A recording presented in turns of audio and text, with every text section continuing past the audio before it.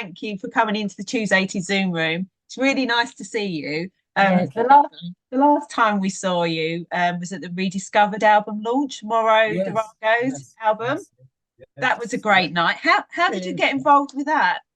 You know Morrow, don't Marlo's been on the case since I think before the lockdown. It was you? before then, and I thought it was a great idea. We had carte blanche as to what we wanted to do, and I have such a huge catalogue of stuff and things that people have never heard. Some things get released in different territories and things like that. So he says, you've got to have something that we can put on the Rediscover. I said, okay. And I did. So we went for it, so it was quite cool. And Betcha by Golly, I think I put on there the first, I think a mix. Yeah, first one. And then the acoustic mix, and that got to #1 in the Heritage chart. So that was really cool. yeah.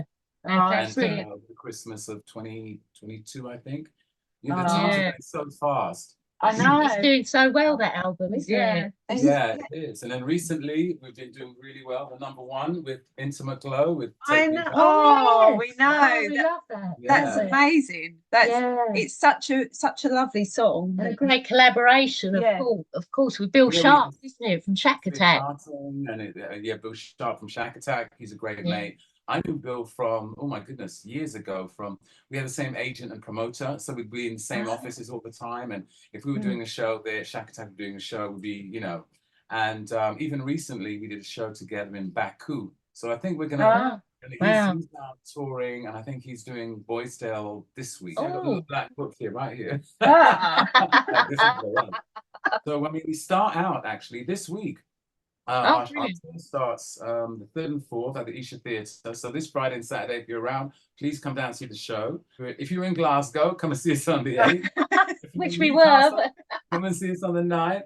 In London, the Indigo, O2 Indigo. Oh, that's brilliant. We've got to be there, haven't we? Because for me, the album Body Talk was spectacular in the 80s. I remember dancing around the living room for hours to that because every song was spectacular, So relive that is going to be fantastic. Oh, it's going to be fun. And we do a lot of songs actually from the first album, because what a lot of people don't realize is that we had so many hit singles from the one album, Body Talk. Yeah, it's incredible. Flashback, So Good, So Right, Burning Up, Tell Me You Want Body My Love. Talk. Yeah, and Body Talk, Tell Me You Want My Love was #1 in what was it, in Canada. So all around globally, that first album did extremely well. More than any debut album I know from any British artists. It was phenomenal. Every song was a hit, really, in effect. And then the second album, of course, had Illusion, Music and Lies, Changes, In the Heat of the Night. So we had a lot of hit singles as well as the albums. They sold a lot. So, and the thing was, when they first came out, they would be released in the UK, like Body Talk was released here in '81, but then by the time it went to, say, Germany or Italy, it went into '82. So we were always a year of late promoting the stuff elsewhere. It just went on and on, didn't it? The popularity of your songs, just every year. It was amazing. And what was that like for you to have such success? Amazing success at that time. You're on every single TV show, you're traveling the world. What was that like for a young Leee? Work. Work. See, I kind of prepared a little bit before it because I was in a lot of bands before that. I was a singing waiter, I was acting, I was doing so many different things. So I was learning and educating myself. So when that time came, I would be robust. By the time we did the Dominion Theatre, we did 8 shows in 7 days. I was kind of used to doing very long shows, like I'd be doing the bingo halls in Peckham Bingo and so a lot of groundwork. Oh gosh, we did all the working man's clubs and stuff. So that was fun. One of my favorites was the George Canning pub in Brixton. That was really good. It was run by a wrestler. So you get all these old wrestlers in there, and I'd be with this band, the Sun Valley Serenaders, and we play steel band, reggae, soul, funk. Oh, brilliant. So I had my. Is that still there? Is that pub still there? The pub is still there, but I think it's changed its name and changed hands. But a lot of people remember it because a lot of music, the Cool Notes actually played there as well. Oh, really? So we would do like a Thursday and they do a Wednesday. So it's like a rich heritage. And ones that stand out for us, Lee, were your Top of the Pops performances. I mean, you had it down to a fine art, the performances with all your wonderful costumes. And we did think it had that glam rock element from the 70s as well mixed in, and maybe a Boney M type of vibe as it was well. a bit of that. I mean, what influenced us at the end of the 70s, I think it was 1979, 1980, Funkadelic came over. They were kind of, and they had these wild, you know, the Parliament and George Clinton. It was the guy was coming down from a spaceship, and it was like the longest show I've ever seen. It started like 7 o'clock and didn't finish till about 11. And he had all these, and I thought, yeah, that was it. You know, it was like really what's heavy. not to like? Yeah, exactly. And it was, remember, we just came out of punk and new wave was starting. So there was loads of, we were on the edge with a lot of the new designers, Catherine Hamlin, Lubian Westwood, and Brian Clark, who's doing our outfits, and also a lot of different people.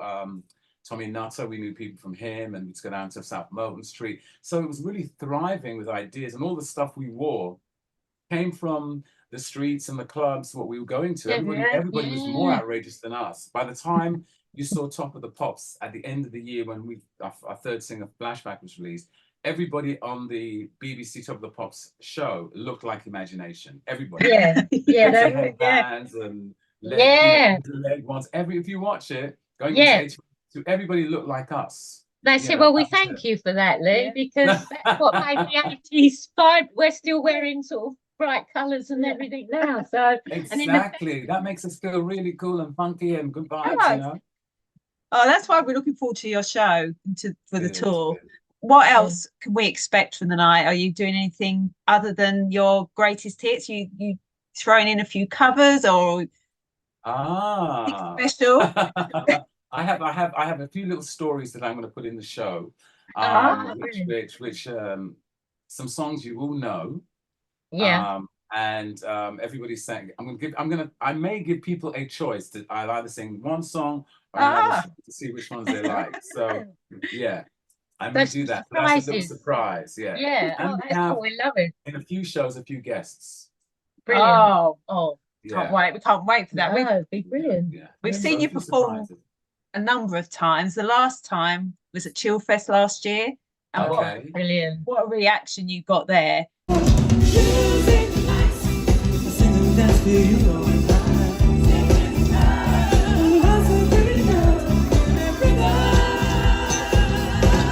How on earth do you still sound? Exactly. That's what everybody was saying. How is he still exactly the same as he was 40 years ago? Yes, Peter Pan of pop. It's not Cliff Richards, Lee, it's you.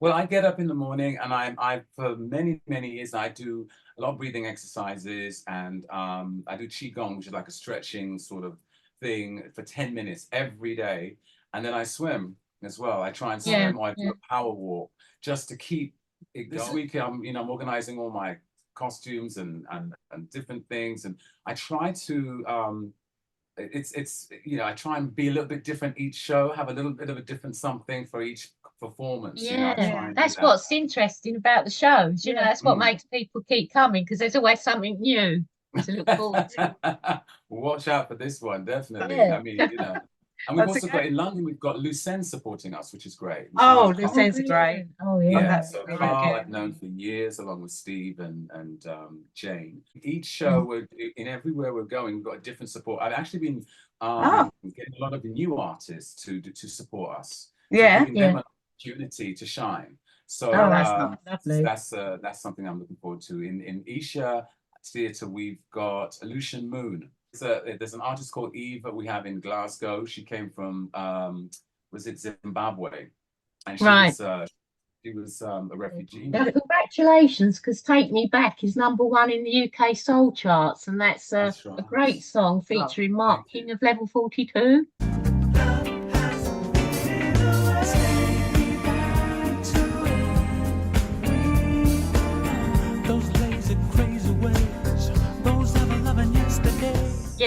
Based on it, and we have Frizzy from Mezzo Forte playing guitar. Brilliant. So that was really cool. And we had done the album during the lockdown. We'd done a few tracks years ago, 1 or 2 tracks, and it was on the Shakatak's Blue Savannah album. And we decided during the lockdown, let's go back to the old days when we used to do an album in 3 weeks. And I said, if you can't get it done in 3 weeks, then don't bother. So we did. We did. I thought, oh my God. So literally, I spent every day writing, and I had a lot of things I'd written before. And then Bill had some musical ideas. So we were zooming and zooming and zooming. So at the same time I was doing that, I was working with the Gorillas. Oh, yes, we saw that. Yeah. Yeah. And basically, The Lost Chord became a huge hit in South America and in America. And the videos had like millions of views. Did you work directly with Damon with that one? Oh, yeah. He was just down the road. So it was like, neighbors. So he was asking, would you like to do a track? And I thought, why not? I said, if you know, see how it goes. And so we did. And it was funny because, you know, I sing in different ranges. So when I was doing like, yeah, da, da, whatever, then the moment I started going on, they went, oh, yes, that's it. You know, we want that. You know, it's like they wanted that kind of sound. Hopefully, have a Leee John album next year. I have my film projects as well. Yes. Oh, wow. Gosh. So a rich tapestry, Leee, a rich tapestry.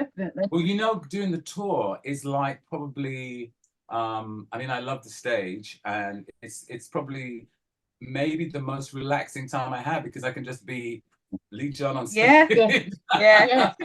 And I block everything else out, and everything else has to wait, you know. Yeah, you can enjoy all the fruits of your labours then, can't you? Yeah, you know what's lovely about it? It was like, especially when I was in Rome this weekend, was that I didn't know if anyone knew I was going to be coming to the TV studio. It was at Rai Uno.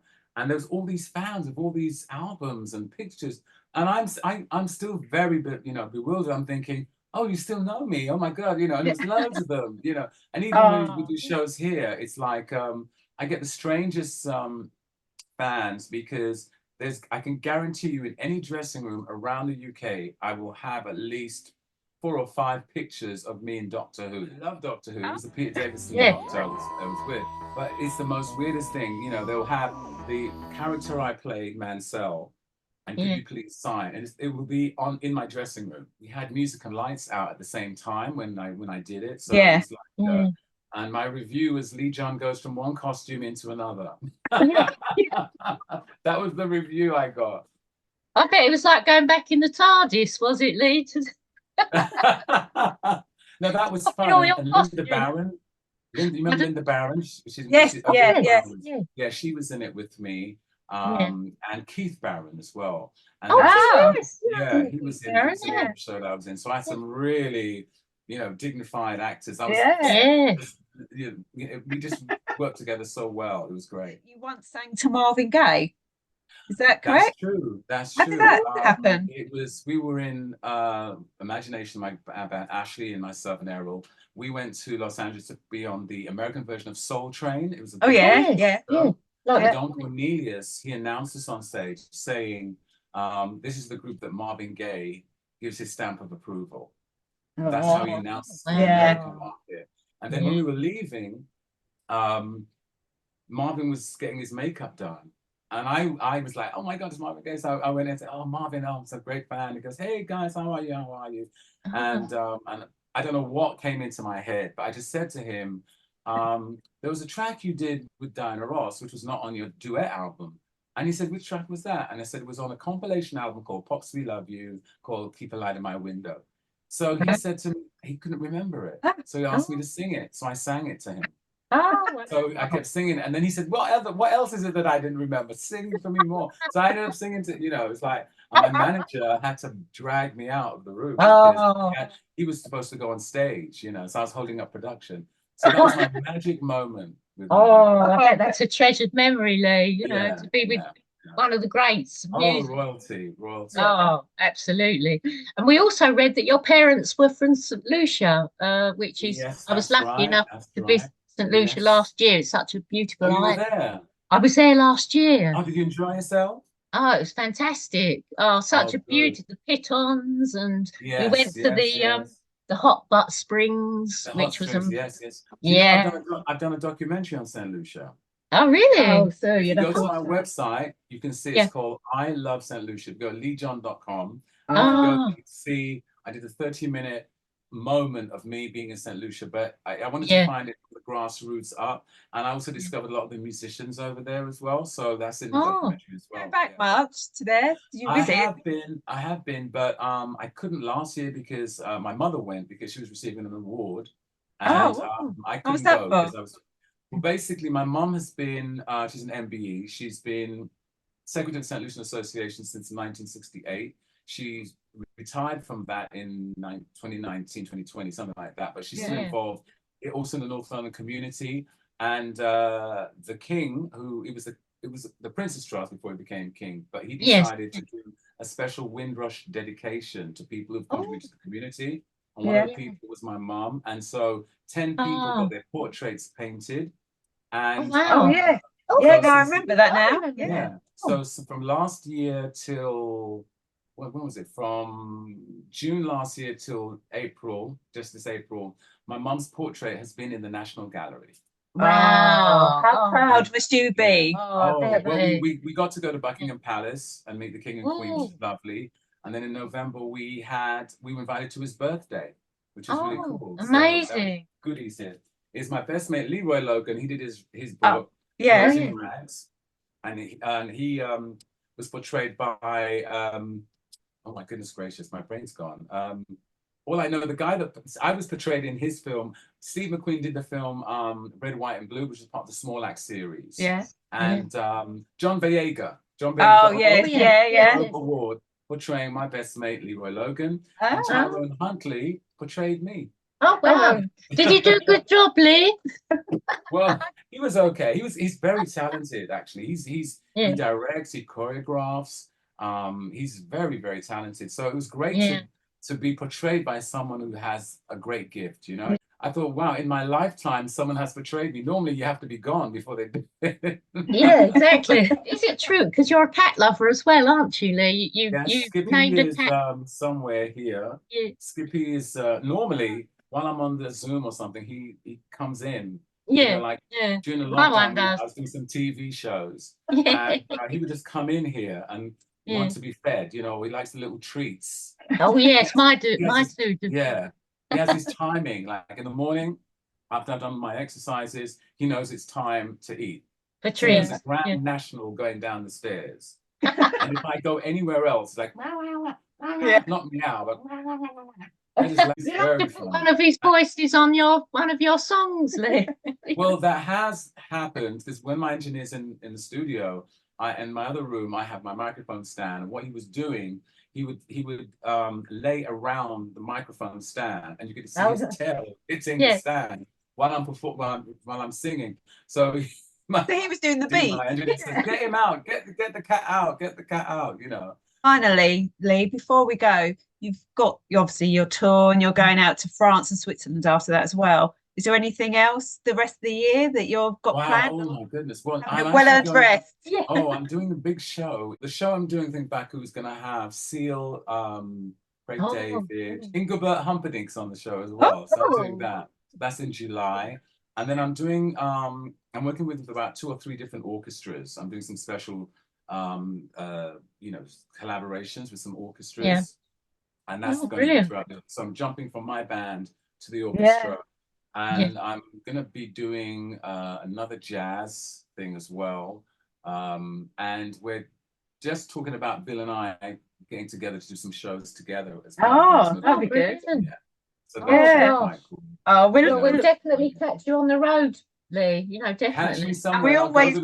I mean, this is the first time actually I've been really, besides doing like the rewinds or the Let It Rocks, the first time that I've actually gone out in the UK in a long time. So for me, I really want to meet the fans and have a good time, and we are going to have a good time. We're going to flashback. We'll get there. Oh, Lee, before we go. There you go. That's what I want to hear. I want to see everybody singing with us because it's going to be a party. I want everybody enjoying themselves. 3 and illusion. There you go. Illusion. That's what you get. Thank you. You can see you sang with me, you see? Oh, that's amazing. Life moment for us. Thanks so much, Lee. Pleasure as No always. problem. Look forward to Have a seeing great week and see you on one of the shows. Yes, we will do. definitely. Oh, Take All right, care. take care, my love. See you God soon. bless. bye. Bye-bye.